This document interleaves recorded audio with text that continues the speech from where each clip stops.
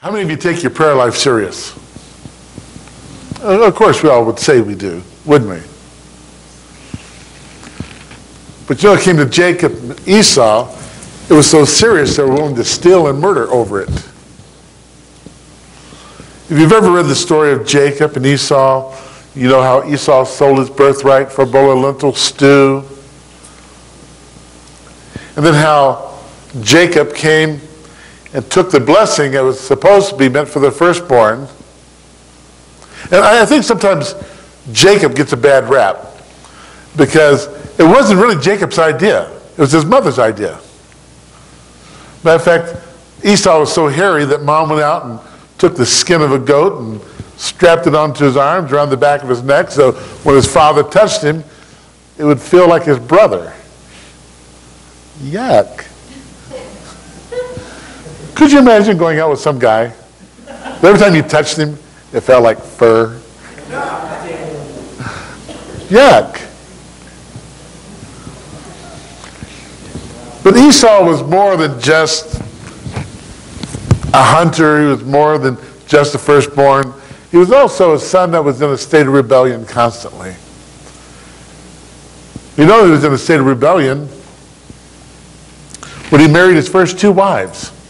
It's interesting because the Holy Scripture says that they were a source of spiritual aggravation, okay, to Rebekah.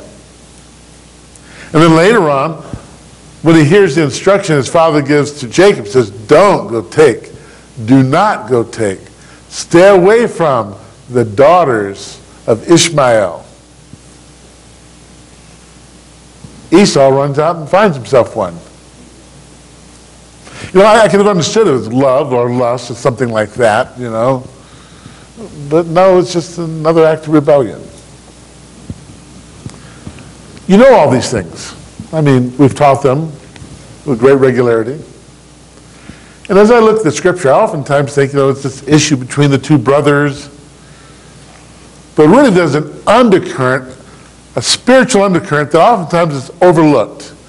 That spiritual undercurrent comes from the idea of a birthright and a blessing. Now, birthright, you either have one or you don't. You know, today we would think of the firstborn son of the household. The firstborn son is generally the one who takes the father's name, unless your name is George Foreman, then all your kids are called George Foreman. Okay?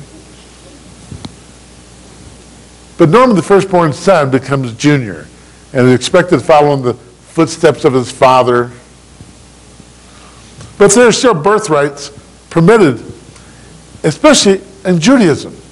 We still recognize the birthright of the firstborn son, the fact that he must be redeemed, the fact that he must fast the day before Passover. He is uniquely set apart as a birthright. We also recognize the birthright of the Levite and the Cohen. For when the Levite and the Cohen are present in the community, the Cohen always gets the first reading of the Torah. And the Levite always gets the reading of the second one of the Holy Torah. These are their rights.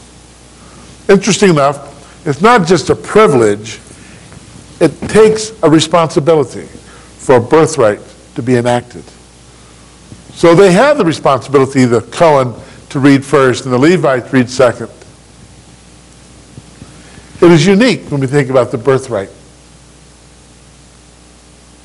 There's a birthright that's given to adopted children, according to the book of Legends. It says that an adopted child has all the rights of a newborn baby. Now, you might think, well, that's nothing. No, it is something. See, a convert is considered to be an adopted child. It means they have all the rights of all of Israel, but you treat them as a newborn baby, which means we have a responsibility to bring them up. This is their birthright, to teach them, to instruct them in the holy things of God.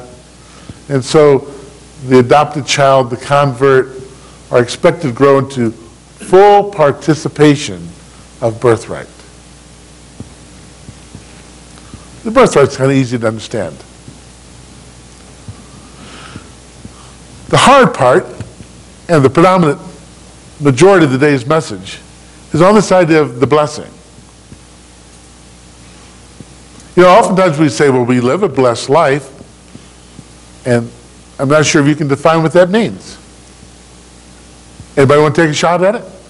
What does it mean to live a blessed life? I'll get to it in a moment. You know, a blessing is sort of made up and placed within a prayer. But a blessing and a prayer are two different things. When the husband lifts a cup at the table on Shabbos night, or whoever is lifting the cup, and they pronounce a blessing, they're imparting a favoritism, a sense of uniqueness, and in some cases, part of themselves into that event. When the men come to the bema to read, they say the blessing, Baruch atah Adonai Eloheinu melech haolam, which is, come on, so as we forgot to be blessed.